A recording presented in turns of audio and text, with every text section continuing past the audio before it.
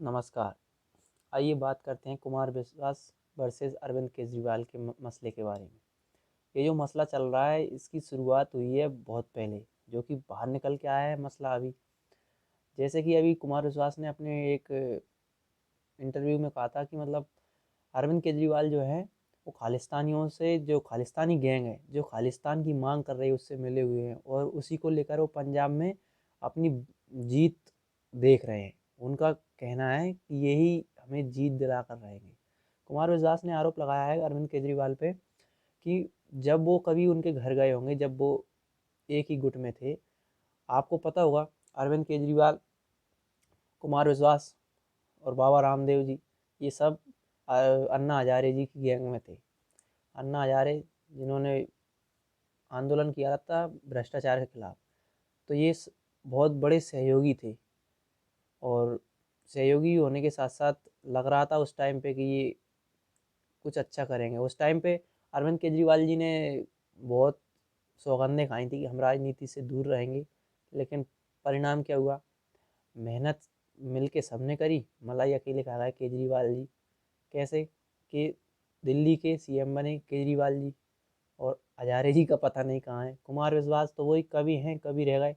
और एक ये फिर फ़ायदा मिला है तो वो बाबा रामदेव जी को, वो बहुत बड़े बिजनेसमैन बन गए। लेकिन बिजनेसमैन होने में कोई बुराई नहीं है, वो अपना टैक्स चुकाएं, कंपनी चलाएं। लेकिन राजनेता, जब अरविंद केजरीवाल जी जब राजनीति में आए थे तो चलो ठीक है, कुछ करना है, राजनीति में आ गए। उसके बाद उन्होंने, मुझे लगता था पर्सनली और सभी को लगता था कि ये जो केजरीवाल जी हैं, ये इन्होंने यदि एक अच्छी पार्टी बनाई है तो इस पार्टी में सिर्फ और सिर्फ शिक्षित लोग होंगे, प्रतिष्ठित पदों से निकले हुए लोग होंगे और ऐसे लोग होंगे जो समाज सेवी होंगे और जो कहीं ना कहीं जब तक दिल्ली में पार्टी थी सही थे।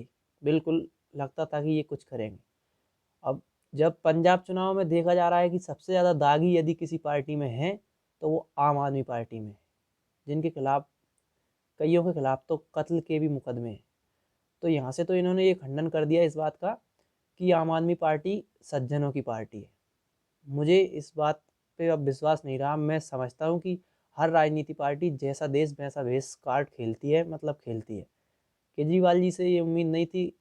अब जो कुमार विश्वास ने ये भी आरोप लगाया, यदि मैं झूठा हूँ तो मेरा खंडन करें केजरीवाल जी आकर। तो केजरीवाल जी ने उन पे रिप्लाई दिया है कि वो तो एक कवि है, हास्य कवि है, कुछ भी कह सकते हैं। तो ऐसे तो केजरीवाल जी, आपने जो सीएम कैंडिडेट का जो चेहरा घोषित किया है वो भी एक हास्य कवि है।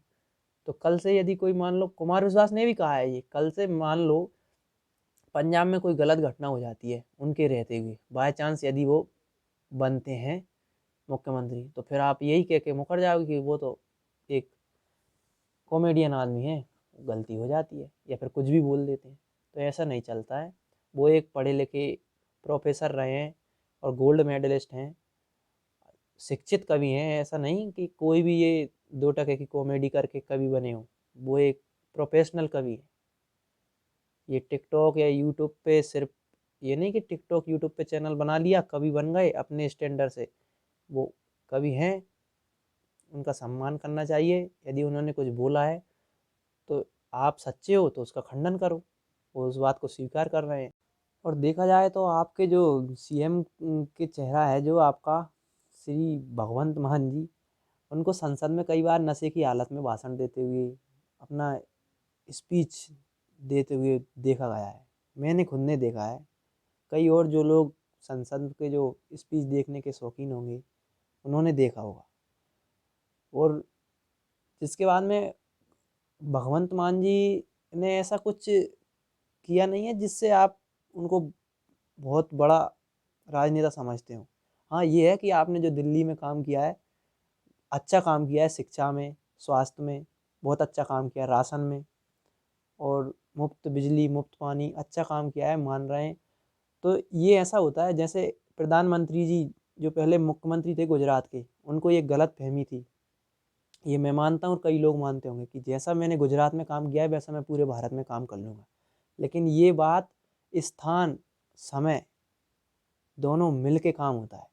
जैसे मान लो गुजरात स्थान ही ऐसा है, विकसित प्रदेश है गुजरात, उसी तरह से दिल्ली दिल्ली में ऐसा भारत का कोई सा भी राज्य होगा जिससे टैक्स दिल्ली में ना जाता हो। क्यों? राजधानी है देश की दिल्ली। हर हर प्रदेश का काम वहाँ से चलता ही चलता है, तो वो टैक्स कहाँ जाएगा?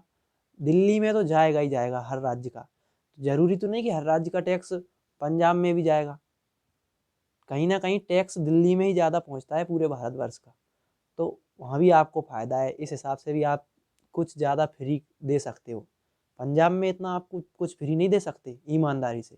वो बात अलग है कि आप बड़ी बड़ी कंपनियों को आपको फंडिंग करें बड़ी बड़ी कंपनियां, और आप उनको, जैसे गुजरात में 2007 में अभी जो एबीजी शिपयार्ड ग्रुप पे जो आरोप लगाए, उसमें पाया गया कि 2007 में वहाँ की जो सरकार थी उसने आधी कीमत पे ज़मीन दी थी एबीजी शिपयार्ड ग्रुप को। ऐसे ही आप भी 2 नंबर से ही कर सकते हो, फ्री ईमानदारी से नहीं कर सकते। ये बात सत्य है।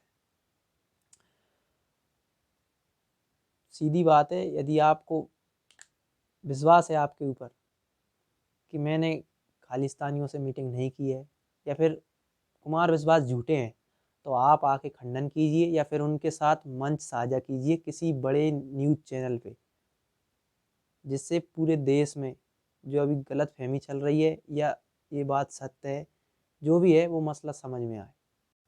और पंजाब तो वैसे भी पाकिस्तान की सीमा से सटा हुआ राज्य है, और पंजाब में जो मुख्यमंत्री चाहिए पूरे भारत को, वो एक ऐसा मुख्यमंत्री चाहिए जो किसी भी पार्टी से हो लेकिन केंद्र से मिल के चले, और केंद्र से भी अच्छा काम करे, केंद्र से अच्छा करने की सोचे, केंद्र से भी अच्छा काम। क्योंकि पंजाब, सिंध, गुजरात, मराठा, ये तो राष्ट्रगान में भी उसका वर्णन है पंजाब का। सोचिए आप कितना मायने रखता है भारत के लिए पंजाब। तो उसमें मुख्यमंत्री तो ऐसा चाहिए जो पूरे भारत की सोच के चले, ना कि पंजाब की। ये कोई ऐसा राज्य नहीं है जिससे कि उसका मुख्यमंत्री क्या करता हो भारत पे असर ना पड़े। जय हिंद।